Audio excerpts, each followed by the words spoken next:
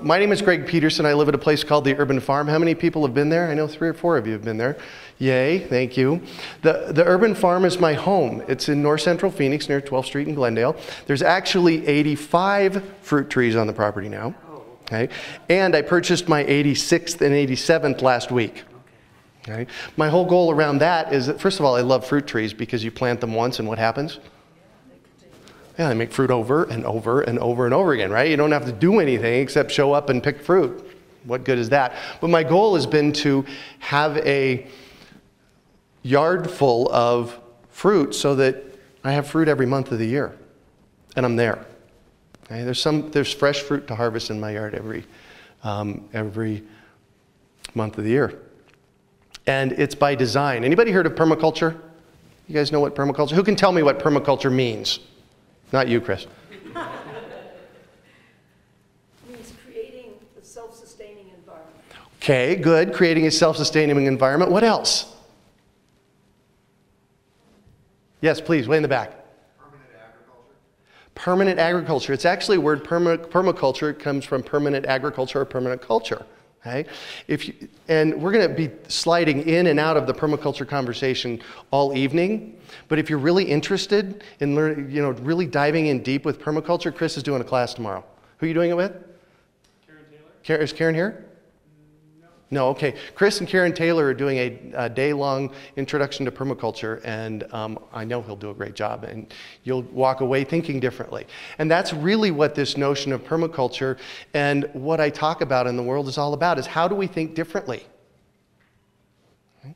How do we go about thinking differently? And that's really what the Urban Farm is. It's a way to think differently in Phoenix. And I open up the Urban Farm periodically. First Saturday of every month, if you're down in Phoenix, we do tours, classes. He mentioned I was working all day. And isn't this how the universe is? 2 days before Christmas this past year, a friend of mine called me and he said, we've got this project. It's 2 acres, 3 blocks from my house. Okay? Right? It's 2 acres.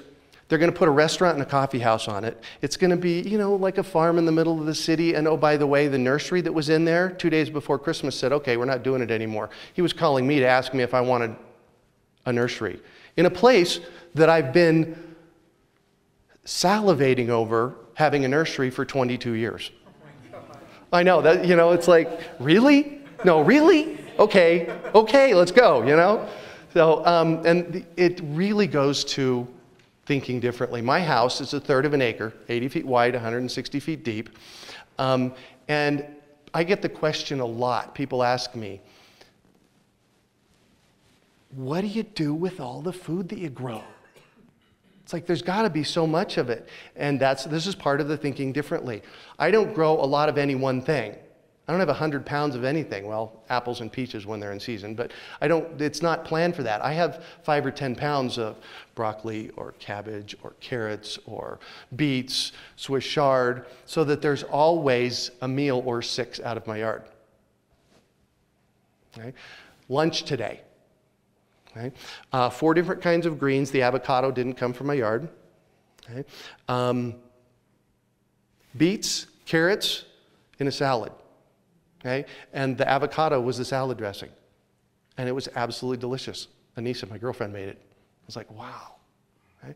And it all came from my yard. This morning I had French toast. I have French toast every morning. But the eggs came out of my yard. I have chickens. Right? And that's really what I'm here to talk to you about tonight. About a year ago, I was asked to give a talk to a bunch of business people in Phoenix. Okay? Valley Forward is the name of the organization. It is the big movers and shakers in Phoenix that want to have Phoenix look differently over the next 50 years. Okay? And they asked little old me to come in and talk about the new green economy. Okay? Now, these are Motorola, APS, the City of Phoenix, SRP. I mean, those are the people I'm talking to, and they wanted to know about this notion of the new green economy. Okay?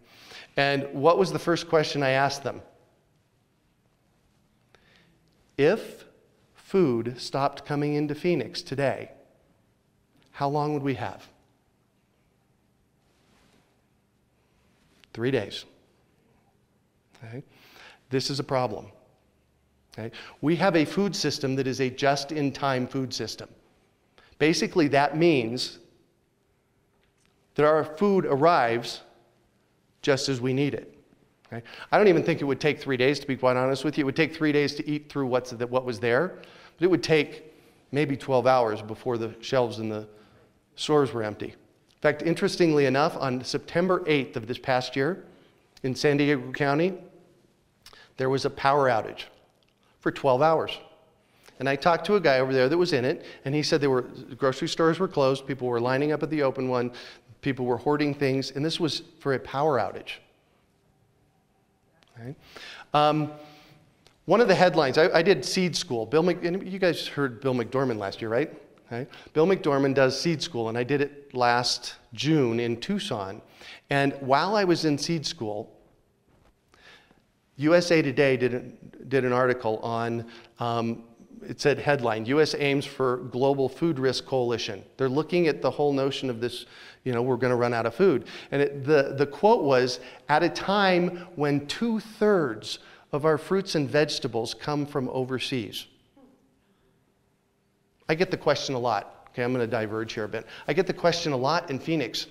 A farmer is raising food, and another farmer shows up, and it's like, oh my God, competition, right? We have 4.5 million people in Phoenix and 6 million people to feed in the state. And 3/4 of our food is coming from other countries? Okay. The cool thing about this, though, is that we're in the midst of a revolution. We are truly in the midst of a revolution. I'm seeing it in Phoenix. 3 years ago, I couldn't give away a gardening class. Now I can't keep them. They fill up so fast, I can't keep enough of them on the books. People are interested. Y'all are here to talk about food, right? Right? People are interested and motivated and playing in the arena of growing their own food. Hence, the Urban Farm Nursery in Phoenix is an all-edible, only edible nursery in Phoenix. And I have 2 business partners that help me with it, and we just can't keep up with it. Right? So there is a movement afoot. It feels like the ball finally went over the mountain, and it's rolling downhill, and I'm running as fast as I can to keep up. During seed school, another thing that was there, Dr. Richard Pratt from Ohio State University said, one of the things that we can do, develop regional, sustainable, diversified agriculture. Okay? Develop regional, sustainable, diversified agriculture. Now, this notion of being an urban farmer, it's really quite simple. Okay? How many people currently grow food? Great, leave that hand up. Okay? How many people share it with someone? You should all put your hand up, okay? Because you're not eating it 100% yourself, right? Okay? You're growing food, you're eating food and sharing it. Okay? You're urban farmers. That's really the notion. That's the tipping point for this movement we're doing. I was handed this book literally today. Literally, my business partner handed it to me today. A Nation of Farmers. Okay? And what they're talking about is exactly what I just said. Grow food and share it. When I was in Europe in 2005, I was in Italy, and I went with a friend of mine who was a yoga teacher, so she was teaching yoga all week, and I didn't have a car. We were in Geneva, Italy, or near Geneva, Italy, and I started walking. Boy, I found some cool things. First of all, everybody had at least 1, if not 10, fruit trees in their yard. Everyone. Everyone.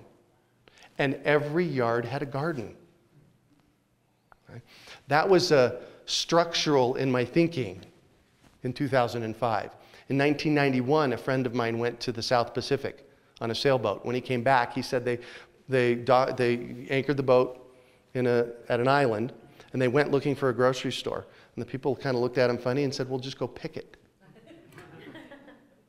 Just go pick your food.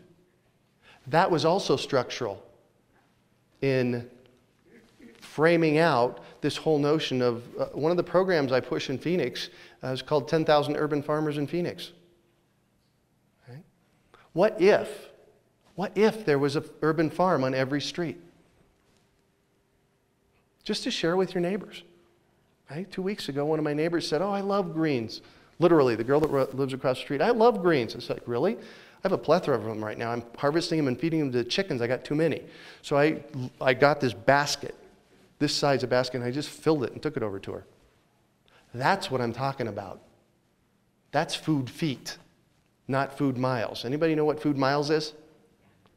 It's how far our food travels from where it's grown to where it's consumed. How many miles do you think the average food mile is? A lot. A lot. That's, yeah, definitely a lot. I'm sorry, how many? 1,200? They say 12 to 1,500? Yeah. That's a lot. You know, our food's traveling 1,500 miles from where it's grown. Think about the environmental impact of that. Think of the environmental impact. And that's really a big piece of what permaculture is about, is reducing our environmental impact. And how do we go about doing that? And a lot of it is just conscious thought. Okay? So this whole notion of building a new green economy, so back to my talk, okay, to these business people in Phoenix, right?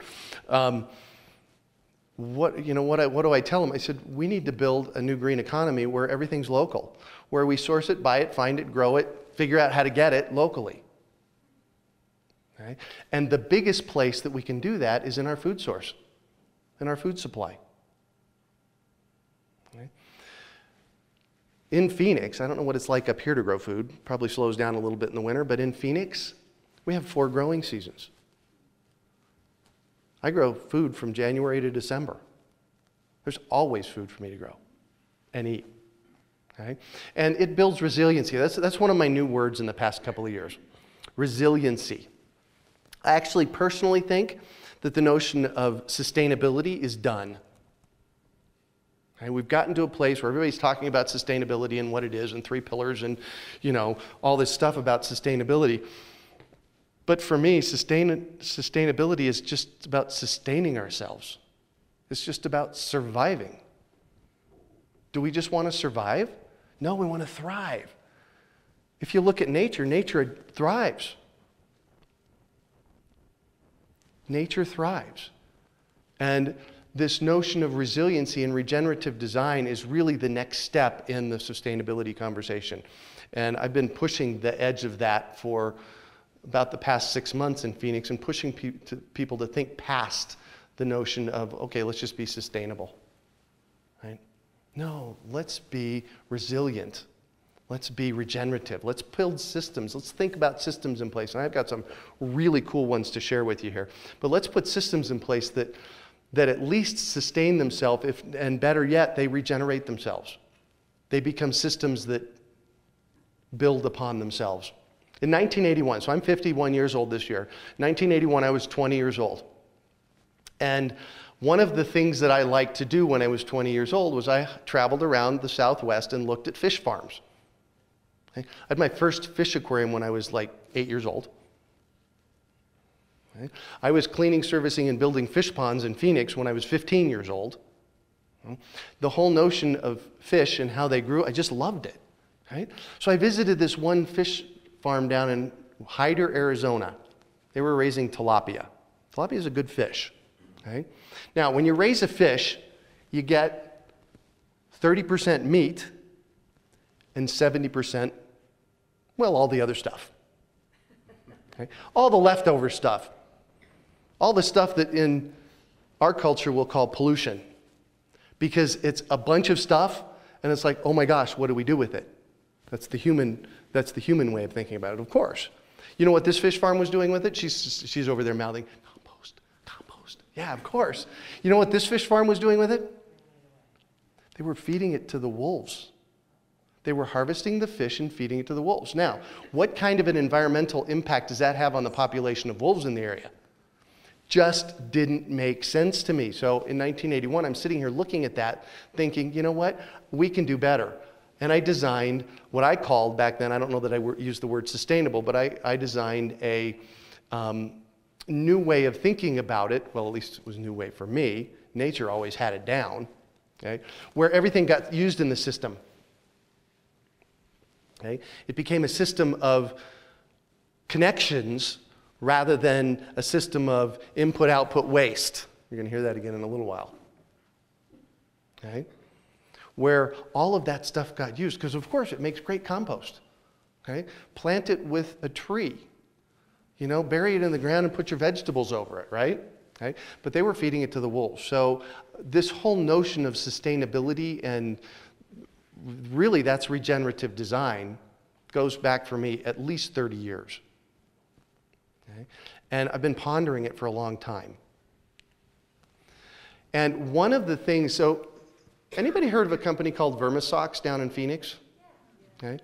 Miguel Jardine is a good friend of mine. Okay. He actually rents a room from me. I convinced him a year and a half ago to rent a room from me. He needed a place to crash while he started up this incredible company, and I'm going to tell you a little bit more about it in a little while.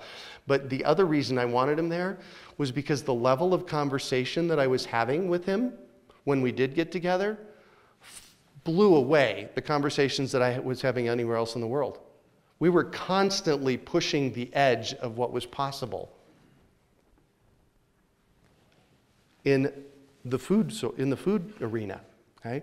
And we'd get together once a week. Before he moved in, we'd get together once a week, and we'd have these conversations. And one of the things we started developing was a program that we call, that's become to know, a local food economy. Okay? So we put together this, through our conversations, we've put together this model called a local food economy model. Okay? So the notion of a food economy is here, right? Okay? Food gets moved from somewhere, gets grown somewhere, it gets moved, gets consumed, right? That's the food economy. So it includes growing, harvesting, distributing, okay? Preparing, eating, then getting rid of whatever's left over, okay? Compost. Okay? So we looked at that, and there's actually, that's a shortened version of it. There's actually about 15 or 16 things that belong in that list, but you get the idea, right? And so we started talking about this notion of a local food economy and what would it take to build out a model that we could actually feed 4.5 million people in Phoenix from the food that we grew in Phoenix. It's like, why not? You know, people are already growing food. Okay? So let's just organize it a little bit. Okay? I teach a class at Arizona State University. Don't hold it against me. It's called Sustainable Food and Farms. And y'all may have heard this before, but Celine, I can't remember her last name, one of the professors at Phoenix Downtown, came in and gave a talk about food deserts. Y'all know what food deserts are? Okay? It's places in cities where fresh food is not available. Okay? There are literally square miles of South Phoenix where there are no grocery stores. Okay? And as close as 7th Street and Thomas Road, if you're familiar with Phoenix, that's almost central Phoenix. Okay? She said, we don't have a food problem in this world. We have a food distribution problem in this world. Okay? And that's a key piece of what we're looking at in this notion of the local food economy model. Okay? And in the write-up that we did, this is what we talked about, the 6 things, the 6 parts of a local food economy model. And a big piece is what we're doing right tonight, and that's education. Right? This notion of educating. I was just sharing with somebody before we started. Last year, I took on raising some meat chickens. I've had chickens for 15 years. And I took on raising some meat chickens. It's a different game because you're getting this little chick, raising it up for 4 months, and then butchering it. And, you know, and I did that primarily. I'm not a vegetarian. Okay? My girlfriend is a vegetarian, and I did that primarily because I wanted to understand the process. I wanted to educate myself about the process of what it takes to create basically an organic chicken. Okay? I appreciate it now, and I don't have a problem if I do go eat chicken paying $25 for an organic chicken because I know what it takes, but I educated myself. That was a self-education piece. Okay? The vision that Miguel and I have for Phoenix is that Phoenix, and really Arizona, becomes the place on the planet where people come to learn about the local food economy model and urban farming. Okay? Urban farming, in my opinion, urban farming is the way we are going to fix our food system by growing food in the city. Don't plant something if you can't eat it. That goes back to education. Okay? The company that I just started, remember Urban Farm Nursery? The company I just started in Phoenix is called the Home Ec Department. Okay? And Urban Farm Nursery is a little part of that. Okay? The Home Ec Department is designed to teach people about all that stuff that we forgot. How do you can? You know, I just harvested beets out of my yard. Well, what do I do with them? Okay. Gardening, composting. We're actually going to teach some sewing classes, how to change the oil on your car, anything you would have learned in Home Ec Shop. And everybody is just so excited about it. We're getting a lot of traffic, people wanting to learn. Okay. There's another piece. I've actually started work, and we're creating a 200-hour urban farmer program. It's a certificate program at a school in Phoenix. So if you want to learn to be an urban farmer, you can go do that. Okay? We have the program in place. Okay?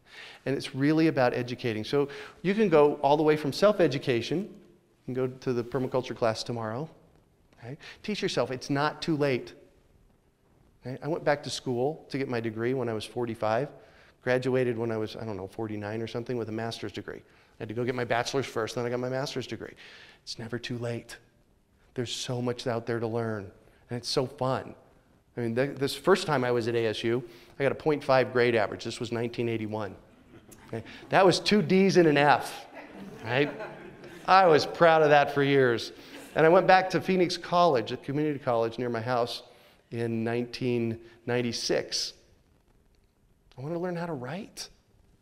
I was just going to take a few classes, and before I was done at Phoenix College, my mom had said, Greg, you could go back and get a degree. It's like, yeah, right, whatever. And one of my professors said to me, well, you could get a degree in something you liked, like botany. Yeah. It's like, really? I can do that? So that's what I did. But it's never too late to educate yourself. And it's a key piece in moving our food system forward. Farming methods. So part number 2 to this whole notion of the local food economy is farming methods. And this is where it gets really fun because there are so many methods out there. There's hydroponics, there's traditional gardening, there's traditional organic farming. Okay? There's a new company called Vermisox. Okay? There's aquaponics. And you can do that in green, and most of this you can do in greenhouses, right? But aquaponics is really fun because it's fish farming. I like that, right?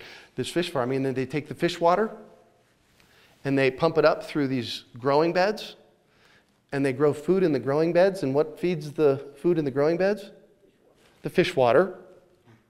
It's like, right? There's so, and the technology is just happening so fast. Vermisox. Okay. It's a cool new concept. If you want to look it up on the internet, it's Vermisox, VERMISOX.com.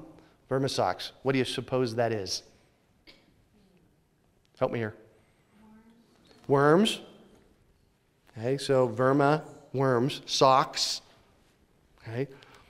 This is so cool. He has pushed the edge of this. In fact, he had people in the industry, in the vermicomposting industry, telling him that it would never work, it's not possible, and guess what? He did it. Okay? What he does is he harvests food waste from the city. Do you know in the Phoenix metropolitan area we have 1,100 tons of food waste a day? 1,100 tons. That, I don't even know if that's, they'd probably fill this room 10 times over. Every single day. Where does it normally go? It goes into a landfill. And what happens to it in the landfill? It sits there and makes methane, greenhouse gas, right? So what they're doing is Vermisox is harvesting that food. They process it. It takes 24 hours to process it. Basically, they put it through these great big garbage disposals and add all kinds of microorganisms that does its great work, right?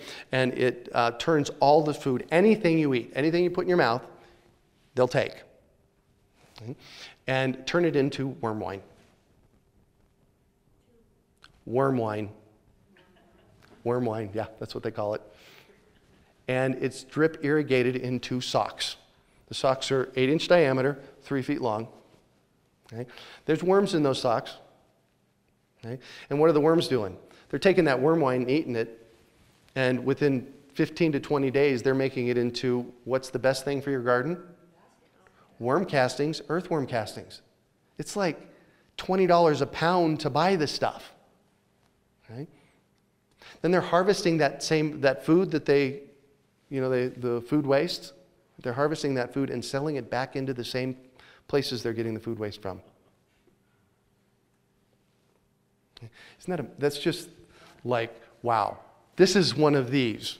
Okay? So people get tired of, let me explain that, all right? So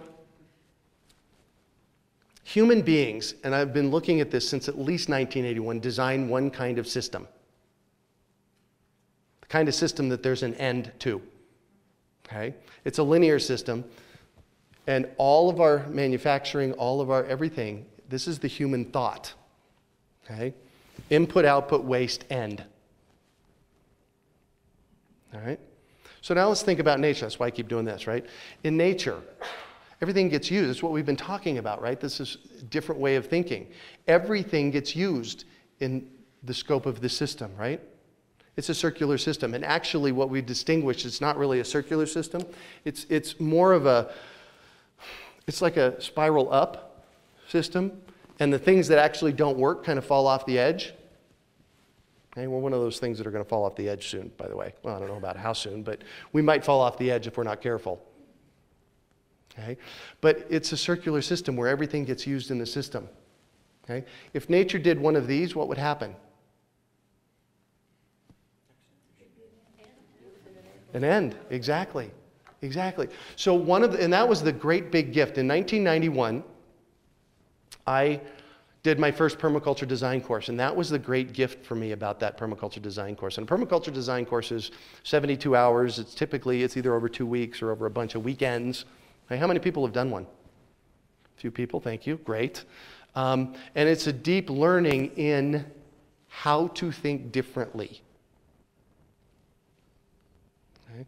And that was one of the great big gifts out of the permaculture design course for me, was that I was actually able to think in a circular pattern where I could envision everything getting used in the system, okay? Everything working together. Okay? And that's, in my opinion, what Miguel has done with Vermisox. He has actually created one of the most sustainable companies on the planet. Okay? So go check it out. But that's one of the farming methods. And we have to have ways in this local food economy model, we have to have ways for people to jump in right away. Okay? Nice thing about Vermisox is you buy a Vermisox system, you put the socks down, you put the worm wine into it, and you put the worms in it, and you're growing food like that. Okay? It's one way of doing it. You can do hydroponics. So the structure of a local food economy is the farming methods. Okay? And here's the big one, collection and distribution. We already talked about that a little bit. Getting the food from here to here is hard. Okay? When people come to me and say, oh, I want to be a farmer, it's like, great. You know what? Farming is only 50% of it. Hey, the other 50% is picking, packing, processing it, making sure it looks good, getting it at the right time, having a market for it, delivery. There's all this stuff that goes along with it. That's why I like this notion of 10,000 urban farms. Because you're growing food in your yard and you're sharing it with your neighbor. And oh, by the way, they give massages. So here, I'll give you food for 2 weeks and you give me a massage. Right? It builds it right into the infrastructure of the neighborhood. It builds the resiliency into the infrastructure of the neighborhood. Okay? It builds the community into the infrastructure of our neighborhood. Okay? Last year you heard about it. Creating local seeds. Bill McDormand, I'm sure he talked over and over and in a lot about seeds. If you get a chance to go to the Native Seed Search Seed School, go. It's absolutely phenomenal. And even if you're just, if it's not about learning about seeds, for me it was learning about, getting a big picture of seeds, not about being able to save seeds. I learned so much. Okay? But the seeds are great. I do save seeds on my property. I typically only plant heirloom seeds. Heirloom seeds are those seeds that are, the old seeds, and they've not been hybridized or messed with. And so then when you get a plant like a Parsley. Oh my gosh. I have parsley growing wild in my yard. Okay? Hundreds of plants. And what I do is the parsley goes to seed. Okay? It shoots up this beautiful seed stalk. Okay? And they typically stand about this tall. And there's probably, in the flower, there's probably, I don't know, 3,000 seeds. When it's dries up in about August, I just grab the entire seed pod and I do that. Okay? What's happening as those seeds are regenerating year after year, they're acclimatizing themselves to my yard, to the desert. Okay? They're, getting better for my yard. Okay? So the notion of having a local seed bank, local seed exchanges, is a key piece of this local food economy model. Okay? Creating farmers. That's done through, in my case, through education. That creating farmers and creating community is essential to our food system. It's like, who grow? Is there any farmers in here that actually grow and distribute their food in some way? A few people, very good. This is a key piece, and getting more of us is a project. We've got to do that. Okay? I wrote an article for Edible Phoenix in 2006 about growing farmers. And every day, that's what I do. I give an urban farmer boot camp, and with any luck, it's going to be online in the fall. We'll do a on the phone online course. But I started giving it a year ago. In my first class, there were 32 people. In my second class, there were 28 people, and now I have like 24 in this class. It's a 10-week course. It's designed to teach people about urban farming and kind of get them thinking differently. Okay? And that creates farmers. Okay? This notion of 10,000 urban farms in Phoenix, it ain't enough. Okay?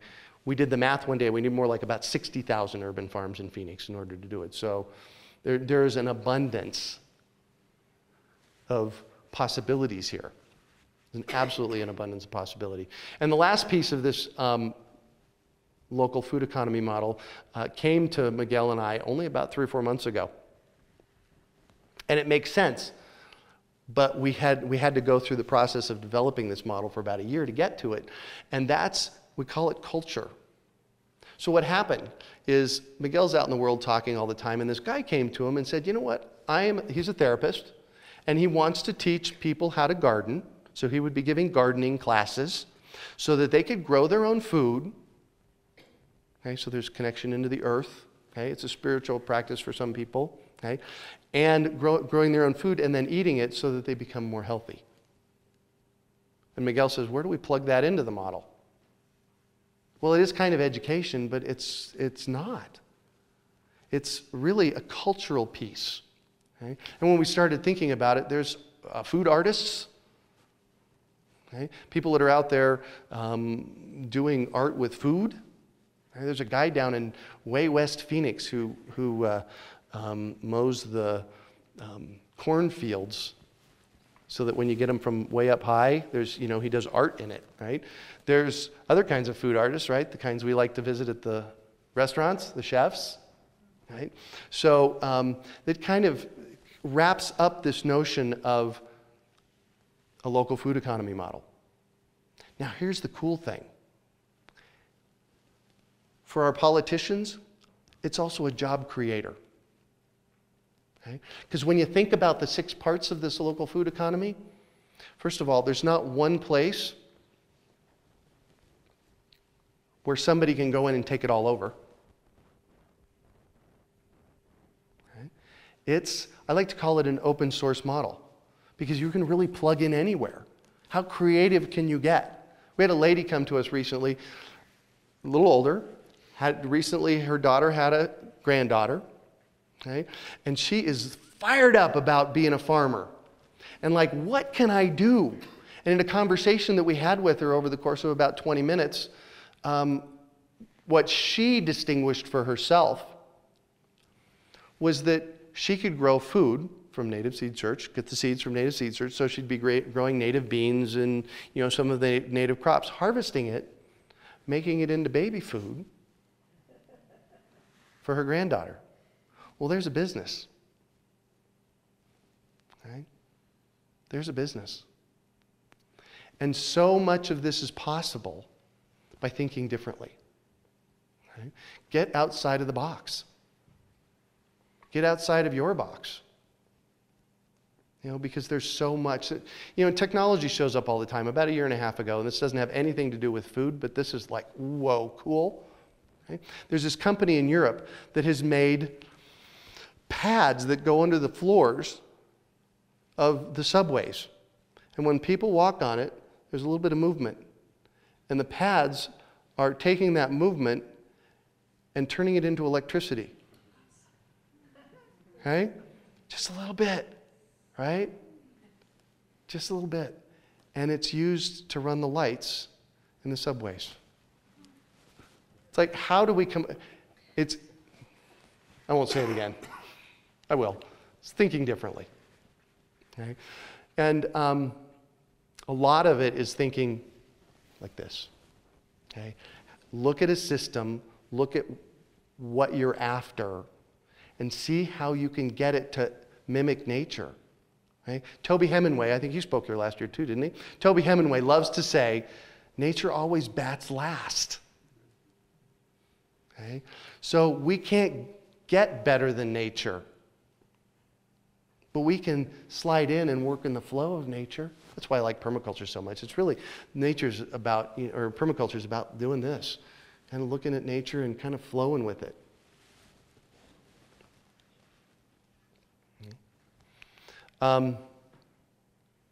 So what can you do?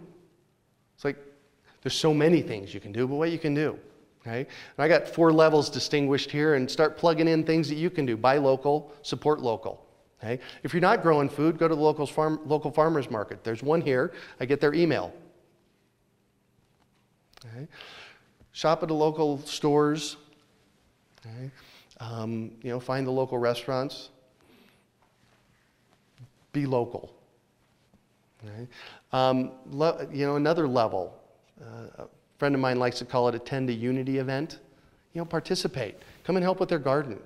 Okay? You don't have to build their garden, but come and get your hands dirty and start playing with the community. Okay? In fact, actually, this says, what I'm doing is we couldn't figure out how to effectively make the PowerPoint work, so I got my PowerPoint going here, and what it says, level 2, attend a unity event, Tiger Mountain, Harvest for Humanity, and you guys up here, okay? Gardens for Humanity. Find a way to plug in, okay? Get involved with your community. Or better yet, organize a project. Organize a project you're passionate about. Things like this happen because we say so. And I don't care how old you are or how young you are. Okay? There was a girl worked with me when I was at ASU. She was actually working for my company. I hired her. 18, 19 years old, brand new, really enthusiastic about what she was doing. She started an organization on campus at ASU. This was 1999, 2000, so like 12 years ago. Okay? It's called RAD. It's recycling, and I don't know, it stands for something, but it's a young person's term, right? It's called RAD. When I was at the School of Sustainability recently, there was a big poster in the entryway, and one of the clubs was her club called RAD that she started 12 years ago that's still in existence. She's long gone. She's back in New York doing something. Okay? So this kind of stuff doesn't happen just by happenstance. It happens because people, like Richard and me, we stand up and say, you know what, let's go do this. Okay? I wrote an article. I've been writing for Edible Phoenix for quite a while, and at Seed School last year, I was driving the van. We were on our way down to Patagonia, Arizona, and I was driving the van, and there was this woman sitting right here. And she started telling a story. And I was literally in tears. And when Richard said that I was tearing up earlier, I am daily moved by what I get to do in the world. So I'm, often at the edge of that emotion just because what we're doing is so cool. Joe's sitting back here telling me this story. Okay? There are 2 lists on the planet. One's called the Ark of Taste, and one's called, I can't remember. Raft, yes. Restoring America's Food Traditions. Thank you. And they are lists of foods that are in danger of extinction. Okay? Between the two lists, there are 33 tomatoes. Several of them functionally extinct. Like you can't get seeds, right? Joe's sitting here telling this, I'm driving along, right? And she's telling the story. There's 33. She's got 31 of them. Actually, 32 of them now. Okay? And it was the story of the 32nd seed that really got me. Can't find it. It was a yellow Zapotec tomato. Okay? It's an heirloom tomato. Okay? She's searching the world over. Finally, a year and a half ago, she stumbles across a post from a Belgian gardener. Okay? In French, by the way. And about these tomatoes. So she reaches out to him. Oh, by the way, he's dead. He has passed away 3 or 4 years ago. Okay? But his wife was still there, spoke only French. She speaks only English. Right? She's communicating back and forth with her about these seeds. Well, yeah, I think I have some of these seeds. Okay? Now, you can't find these seeds on the planet. Okay? She found them. She convinced the woman to send her seeds. She got 30 seeds in November of 2011. No, 2010. She got 30 seeds. It's like she is holding the future of this tomato plant in her hand in 30 seeds. Right? So she planted 7 of them. Okay? And she successfully grew out a whole bunch. Now she has hundreds and hundreds of seeds. Last time I talked to her, she had 600 seeds. And you know what she said to me? She said, Greg, I can't do anything about the polar bears, but I sure can save a tomato. And you know what? That is what heroes are made of. And she didn't do anything special. Well, maybe she did, but she just kept on it.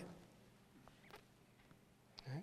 And why is this particular tomato so important? Who knows? The genetics of that particular tomato might end cancer someday. I'm not saying it will, but I mean, it's an important piece of our connectedness to make sure that we have that biodiversity. And that we have that biodiversity in place. I've been in my house for 22 years, and over the past 22 years, I have done a lot of that let go to seed, throw seeds out, right?